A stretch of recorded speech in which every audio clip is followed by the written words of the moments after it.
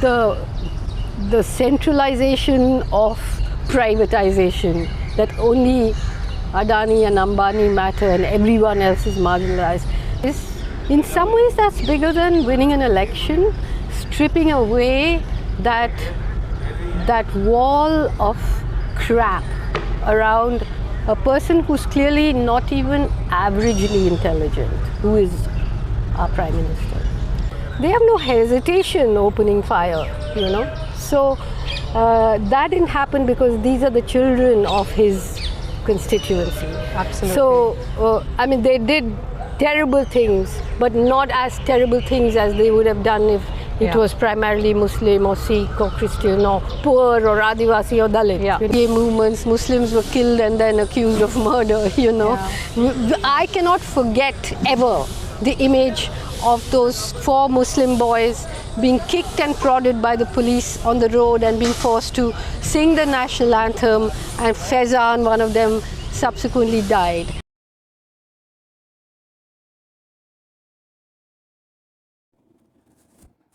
(1997) में उनके पहले नोबल ने उन्हें इंडिया की पहली वुमेन बनाया जिसने प्रेस्टिजियस बुकर प्राइज से संबोधित किया गया था। इस बुक की वर्ल्ड में 12 मिलियन से भी ज़्यादा कॉपी सेल हुई थी। इसके बाद भी इन्होंने अपनी जो पेन है उसको पॉलिटिक्स की साइड टिल्ट कर दिया। इन्होंने अफ़गानिस्तान में होने वाले अटैक्स को दुनिया भर में खतरा बताया था, जिस समय इस अटैक को इंडिया में कोई भी खतरा नहीं बताता था। उन्होंने हिंदू यानी रिलीजियस नेशनलिज्म को क्रिटिसाइज़ किया था, जो हिंदू रिलीजियस नेशनलिज्म इंडिया में रियल लेवल पे मोरालिटी को डिग्रेड कर रहा था। इस बात पर भारत सरकार ने उन्हें जेल में इम्प्रिजन भी किया था सुप्रीम कोर्ट के ऑर्डर पर। जी हाँ, हम बात कर रहे हैं डॉक्टर अरुंधति रॉय के बारे में। वो एक राइटर थी, पर उन्होंने कभी भी अपने आप को सिर्फ राइटर के रूप में नहीं देखा। उनका ये भी कहना था कि वो अपने आप को एक्टिविस्ट और जर्नलिस्ट के रूप में देखती है। अरुंधति रॉय उन लोगों में से एक थी जो कि ग्लोबलाइजेशन ऑफ डिसेंट और इंटरनेशनल अलायंस के बारे में बात किया करते थे। इसके साथ साथ इनका ये भी मानना था कि सिर्फ लिखना ही काफ़ी नहीं होता। अगर आप कुछ अच्छा करना चाहते हैं इंटेंशनली, तो आपको ग्राउंड पे आना बहुत ज़्यादा ज़रूरी हो जाता है।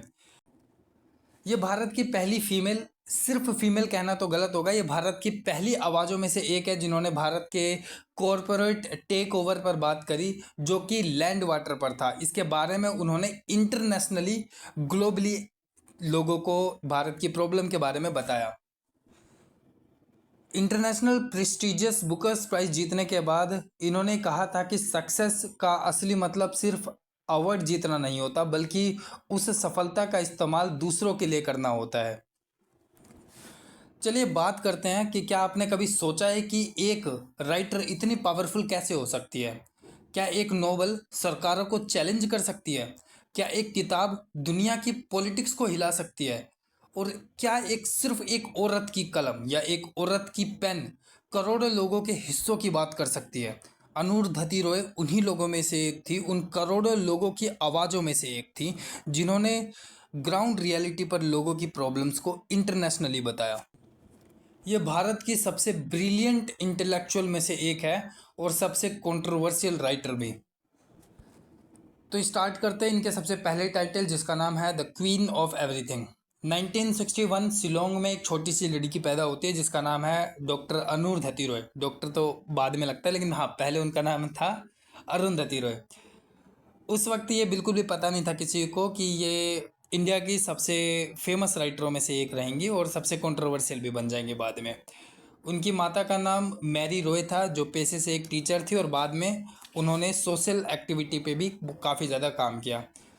इनकी मदर ने वुमेन्स प्रॉपर्टी राइट्स के लिए कोर्ट्स में पिटीशंस भी सबमिट करी थी और शायद इसी के कारण अरुंधति रॉय ने ये सीखा कि अगर आपको चीज़ें गलत लगती है तो आपको सवाल पूछना चाहिए।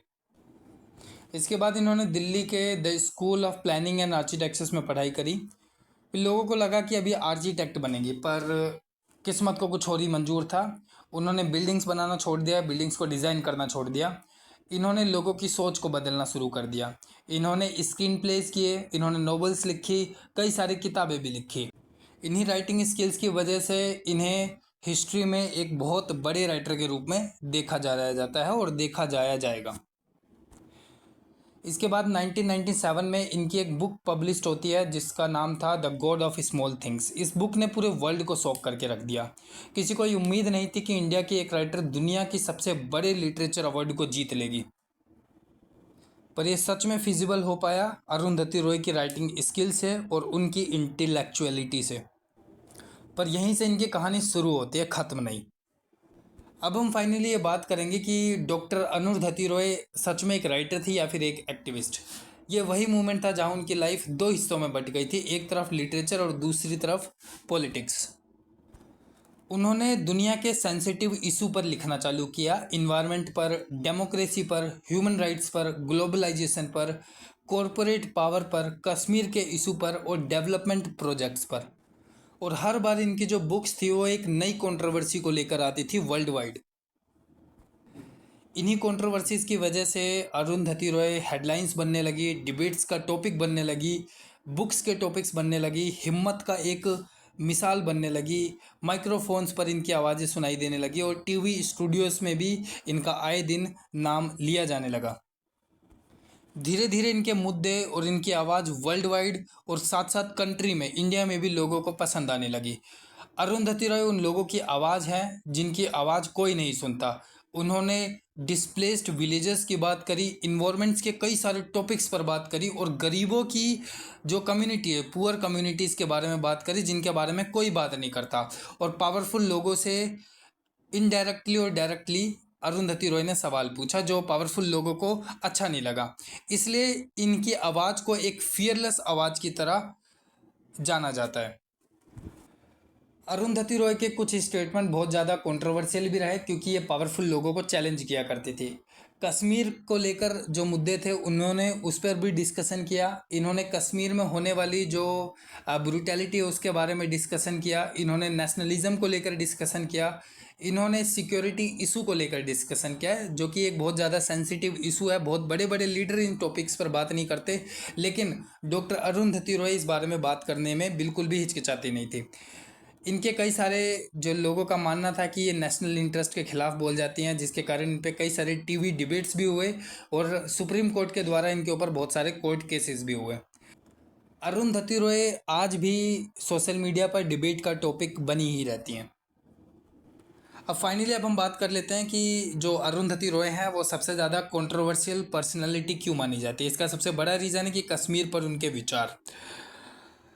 अरुंधति रॉय ने कश्मीर के लोगों के ह्यूमन राइट्स और वहाँ के सिचुएशंस पर अपनी बात रखी थी, जिसके कारण लोग इनको ज़्यादा पसंद नहीं करते थे। सपोर्टर्स का ये कहना था कि ह्यूमन राइट्स और डेमोक्रेसी की बात कर रहे हैं, जो बिल्कुल भी गलत नहीं है।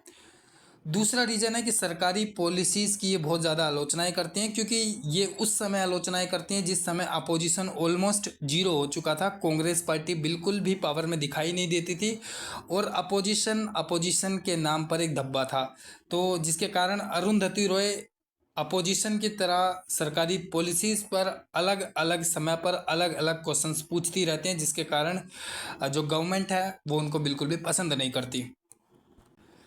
अब चाहे इनका क्वेश्चन बड़े डैम्स के कंस्ट्रक्शन को लेकर हो, जंगल और इन्वायरमेंट पर होने वाली जो अतिक्रमण को लेकर हो, कॉरपोरेट्स प्रोजेक्ट्स को लेकर हो, या गरीब और आदिवासी समुदाय के लिए इंसाफ की मांग हो, उनका मानना रहा कि डेवलपमेंट के साथ साथ इंसाफ और इन्वायरमेंट को भी ध्यान में रखना चाहिए।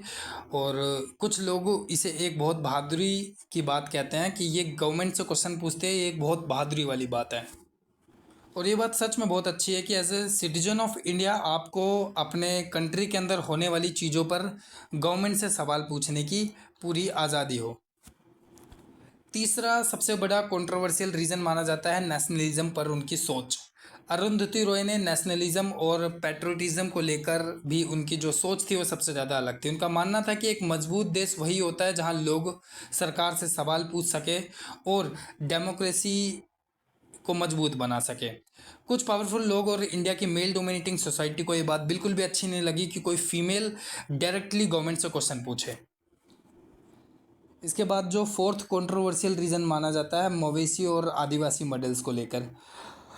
अरुंधति रॉय ने आदिवासी इलाकों में जो लोगों की परेशानियां हैं उनके ऊपर भी लिखना शुरू किया। सपोर्टर्स कहते हैं कि ये उन लोगों की आवाज़ है जिनकी आवाज़ कोई नहीं सुनता। पांचवा जो रीज़न माना जाता है कोर्ट केसेस और कंट्रोवर्सीज़ को लेकर। अरुंधति रॉय लीगल कंट्रोवर्सीज़ में इनको एक बार फंसा दिया गया था और इनके खिलाफ कानूनी कार्रवाई भी हुई थी और इनको जेल भी भेजा गया था सुप्रीम कोर्ट के ऑर्डर के बाद। Okay, finally at the very end of the discussion हम फाइनली बात कर लेते हैं the field note on democracy, जो कि इनकी एक बुक है। इनकी बुक का नाम है the field note on democracy. Arundhati Roy ji ने इंडिया के चेंजेस के बारे में बताया है इस बुक की मदद से। कोल्ड वॉर के एंड के बाद इन्होंने बताया कि जो इनकी बुक है इनको इन्होंने दो पार्ट में डिवाइड किया। पहला यूएसए के साथ ओपन अलायंस इंडिया का और declination of the Hindu nationalism के बारे में इन्होंने बताया। इस बुक में इन्होंने 17th सेंचुरी की एक मॉस्क्यू यानी मस्जिद जो बाबरी मस्जिद के नाम से जानी जाती है, इसके बारे में इन्होंने इंटरनेशनली लोगों को बताया कि इंडिया में मुस्लिम सेंटिमेंट्स को ठेस पहुंचाई जा रही है, ये कहकर कि जो ये मस्जिद है जिस लैंड पर है वो लॉर्ड रामा का बर्थ प्लेस है और इस मस्जिद को तोड़ देना चाहिए, जिसके कारण एक बहुत बड़ी मुस्लिम आबादी की जो सेंटिमेंट है, जो रिलीजियस सेंटिमेंट है, उनको चोट पहुँचाई जा रही है, जबकि इंडिया में इस तरीके की कोई भी बात नहीं कर रहा था।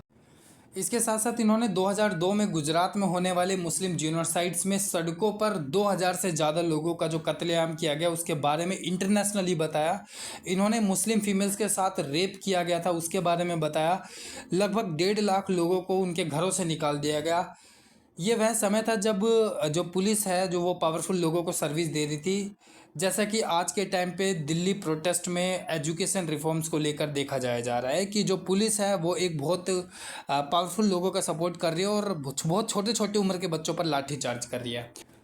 इन्होंने डायरेक्टली इस बात को बोला कि इंडिया के जो रिचेस्ट लोग हैं रतन टाटा और अंबानीज, इन्होंने पब्लिकली उन्हें सपोर्ट किया है और उन्हें पीएम के पद की पोस्ट का उम्मीदवार बनाया है, जैसा कि आज भी होता है। और ये चीज़ें इनडायरेक्टली डेमोक्रेसी को खतरे में डाल रही है।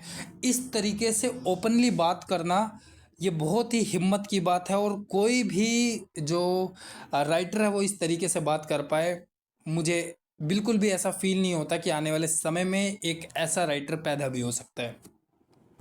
तो फाइनली अब हम डॉक्टर अरुंधति रॉय के इस डिस्कशन को एंड करते हैं उनके एक फेमस कोट्स के साथ।